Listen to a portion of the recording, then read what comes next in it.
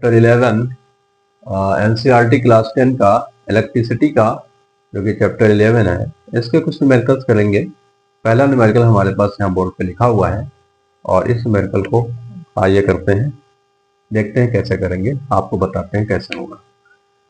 Question है resistance of a metal wire of length 1 metre is 26 ohm at 20 degrees Celsius. If the diameter is 0.3 millimeter, what will be the resistivity of the metal at that temperature? तो students इसमें हमें resistance given है और diameter given है और हमें resistivity find करना है। तो सबसे पहले क्या करते हैं, हमें जो जो वैल्यूज गिवन है वो हम नोट डाउन करेंगे। हमें गिवन है रेजिस्टेंस कितना गिवन है, 26 ओम गिवन है। ओके, ये 20 डिग्री सेल्सियस ये टेम्परेचर गिवन है, यहाँ पे मेंशन है, लेकिन इसको हमें कैलकुलेशन में नहीं लेना है क्योंकि यहाँ पे जो रेजिस्टेंस गिवन है ये रेजिस्टेंस इस टेम्परेचर पर गिवन है। रेजिस्टेंस पर्टिकुलर टेम्परेचर पर पर्टिकुलर होता है कंडक्टर का, क्योंकि रेजिस्टेंस टेम्परेचर के साथ साथ चेंज होता है। And you must be knowing कि resistance is directly proportional to temperature. Temperature increase करेगा तो resistance भी increase करेगा, temperature decrease करेगा तो resistance भी decrease करता है। तो यहाँ पे 26 ओम जो resistance है वो 20 डिग्री सेल्सियस पर है और इसी टेम्परेचर पर हमें रेजिस्टिविटी फाइंड करनी है। रेजिस्टिविटी भी टेम्परेचर पर डिपेंड करती है, इसलिए यहाँ पे दिया हुआ है कि इसी टेम्परेचर पर हमें रेजिस्टिविटी फाइंड करना है। ओके, तो रेजिस्टेंस 26 ओम दिया हुआ है एंड लेंथ गिवन है। लेंथ को एल से रिप्रेजेंट करते हैं, या लेंथ ऑफ द कंडक्टर है या length of the metal wire है जो कि 1 मीटर है। ओके, डायामीटर गिवन है, डायामीटर को हम रिप्रेजेंट करते हैं डी से and it is given 0.3 millimetre. Okay, diameter क्या है भाई, इसको देख लेते हैं। हमारे पास कोई भी कंडक्टर होता है तो कंडक्टर, मान लीजिए ये हमारे पास कंडक्टर है और कंडक्टर का ये वाला जो सिरा होगा और ये वाला जो सिरा होगा, ये दोनों सिरे इस तरह से होते हैं कि यहाँ पे सर्कल बन रहा होता है, यानी कि कंडक्टर जो होता है वो सिलेंड्रिकल होता है, यहाँ पे सर्कल बन रहा होता है और इसकी ये लेंथ डायामीटर कहलाती है। आप जानते होंगे कि किसी भी सर्किल में सेंटर से होकर के जाने वाला जो लाइन होता है, लाइन सेगमेंट होता है जो सर्किल के एंड पॉइंट्स को ज्वाइन करता है और सेंटर से जाता है, वो डायमीटर कहलाता है। तो ये डायमीटर जो गिवन है वो इसका गिवन है और ये क्या है, ये क्रॉस सेक्शन है, diameter of cross section of metal wire. So d equals to 0.3 millimetre. इसको पहले हम स्टैंडर्ड यूनिट में कन्वर्ट करेंगे एंड लेंथ की स्टैंडर्ड यूनिट होती है मीटर, तो इसको पहले मीटर में कन्वर्ट करेंगे। 0.3 इसको 1000 से डिवाइड करेंगे तो ये मीटर में कन्वर्ट हो जाएगा। ओके, यहाँ से पॉइंट हटा लेंगे, यहाँ पे एक जीरो बढ़ जाएगा तो ये आ जाएगा 3/10⁴। इसको हम 10⁴ भी लिख सकते हैं।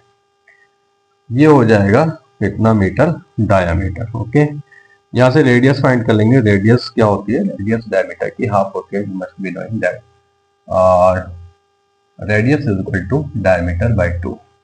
सो radius is equal to diameter by 2। Diameter है 3/10⁴ इंटू 2 से इसको डिवाइड करेंगे 1.5 आएगा, तो ये आ जाएगा 1.5। इसको ऊपर ले जाएंगे तो ये हो जाएगा 10⁻⁴ मीटर। ठीक है, ये हो गया हमारे पास रेडियस। हमें फाइंड करना है रेजिस्टिविटी। रेजिस्टिविटी फाइंड करने के लिए फार्मूला होता है R इक्वल टू ρL/A। ये R क्या है, यह रेजिस्टेंस है, रो क्या है, रेजिस्टिविटी है। ये सिंबल रो है, P नहीं है, रो है। रो क्या है, रेजिस्टिविटी है। किसी भी कंडक्टर की रेजिस्टिविटी जो होती है वो एक स्पेसिफिक कैरेक्टरिस्टिक ऑफ कंडक्टर और स्पेसिफिक कैरेक्टरिस्टिक ऑफ मटेरियल होती है। तो हमें यहाँ से रो फाइंड करना है। लेंथ, ये लेंथ ऑफ कंडक्टर है जो कि गिवन है। एरिया हमें नहीं गिवन है, एरिया कैसे फाइंड करेंगे, और एरिया है क्या, एरिया इस क्रॉस सेक्शन का होगा, ये जो वायर है मेटल का, इस वायर का ये यहाँ पे जो सर्किल बन रहा है, इस सर्कुलर पार्ट का एरिया फाइंड करेंगे। तो पहले हम इसका एरिया फाइंड कर लेते हैं। एरिया ऑफ सर्किल क्या होता है, क्योंकि ये सर्कुलर पार्ट है, एरिया ऑफ सर्किल होता है pi R square. So pi R square हो जाएगा, पाई की वैल्यू आप जानते हैं 3.14 होती है, इनटू आर की वैल्यू कितनी है, यहाँ हमने फाइंड कर ली है, आर की वैल्यू है 1.5 into 10⁻⁻⁴। So 1.5 into 10⁻⁻⁴ whole r square कितना हो जाएगा, ये 3.14 इंटू 1.5 का स्क्वायर करेंगे, मीन 15 का स्क्वायर कर लेंगे, 225 होता है। यहाँ पे 1 पॉइंट के बाद डिजिट, 1 डिजिट के बाद पॉइंट है, स्क्वायर करने पे 2 डिजिट के बाद पॉइंट हो जाएगा, इनटू पावर पे जब पावर होती है तो ये मल्टीप्लाई हो जाती है, एक्सपोनेंट पे एक्सपोनेंट होती है तो मल्टीप्लाई हो जाती है। यहाँ पे ये हो जाएगा 10⁻⁴ टू द 8 ओके। सो इसको मल्टीप्लाई कर लेते हैं और देखते हैं क्या आएगा।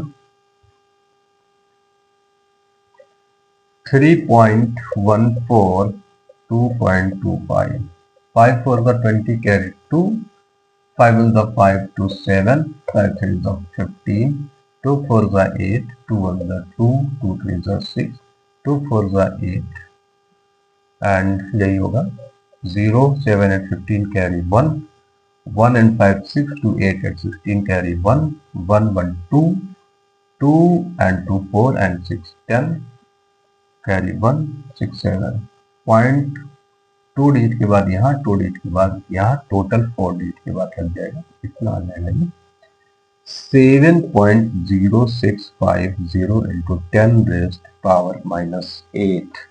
Metre square. This is the area of the cross section of the wire. हमें फाइंड क्या करना है, हमें फाइंड करना है रेजिस्टिविटी। ओके, सो क्या करेंगे, रेजिस्टिविटी फाइंड करने के लिए ये एरिया जो हमने फाइंड किया है, इस एरिया की वैल्यू इस फार्मूले में पुटअप करेंगे, लेंथ की वैल्यू पुटअप करेंगे, आर की वैल्यू पुटअप करेंगे तो हम रेजिस्टेंस फाइंड कर सकते हैं। ओके, तो आइए देखते हैं कैसे फाइंड करेंगे। So R is equal to rho L by A, यहाँ से रो फाइंड करेंगे, रो इक्वल्स टू ये क्रॉस मल्टीप्लाई हो जाएगा, या जाएगा R into A by L, इसमें वैल्यूज पुट अप कर लेंगे।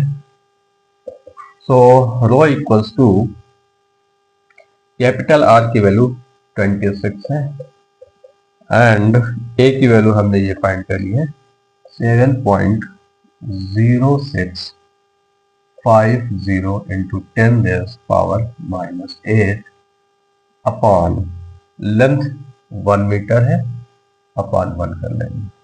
रो इक्वल्स टू ये मल्टीप्लाई कर लेते हैं, यहाँ पे कर लेते हैं 7.0650 मल्टीप्लाई करना 26 है, 6 0 से 0 6 5 जा 30 कैरी 3 6 जा 36 एंड 3 39, यहाँ पे 0 तो पूरा 39 हो जाएगा, 6 7 जा 42, 2 से करेंगे 2 0 से 0 2 5 जा 10 2 6 जा 12 एंड 1 13 2 7 जा 48 okay 0 0 9 3 3 6 3 8 and 1, so it will become 1836900 और पॉइंट लगेगा 1 2 3 4 डिजिट के बाद, 1 2 3 4 डिजिट के बाद पॉइंट लगेगा, इतना आ जाएगा। अब हमें क्या करना है, हमें इसको स्टैंडर्ड फॉर्म में लिखना है। स्टैंडर्ड फॉर्म में लिखने के लिए क्या किया जाता है, स्टैंडर्ड फॉर्म में लिखने के लिए पॉइंट को हम यहां पे लाते हैं 1 डिजिट के बाद, मतलब ये वैल्यू हमेशा 0 and 10 के बीच में होनी चाहिए। स्टैंडर्ड फॉर्म में अगर लिखना रहता है तो ये आ जाएगा 1.8369 इंटू 10⁻⁻⁸। पॉइंट को पीछे ले गए हैं, जब पॉइंट पीछे जाता है तो यहाँ पे पावर ऐड हो जाती है, जितनी भी डिजिट पीछे जाएगा उतने की पावर ऐड होगी। यहाँ पे 2 डिजिट पीछे ले गए तो यहाँ पे 2 की पावर ऐड हो जाएगी।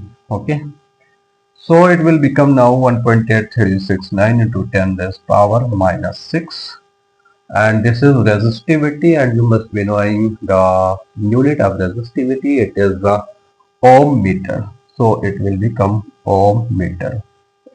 So students, इस तरह से इस क्वेश्चन को करेंगे. ये क्वेश्चन इंपॉर्टेंट है, इस तरह से एग्जाम में पूछा जाता है. ये यूपी बोर्ड के लिए भी है इंपॉर्टेंट, एंड सीबीएसई बोर्ड के लिए भी इंपॉर्टेंट है. तो इस क्वेश्चन को करने के लिए आपको सबसे पहले क्या करना होगा, जो वैल्यूज गिवन है वो आप पुट अप कर लें. उसके बाद एरिया फाइंड करेंगे, एरिया ऑफ क्रॉस सेक्शन. उसके बाद इसकी वैल्यू पुट अप कर लेंगे, कैलकुलेट कर लेंगे और फाइंड हो जाएगा. ओके, इसके अलावा और भी क्वेश्चंस लेते हैं. ठीक, देखते हैं अगला क्वेश्चन क्या है.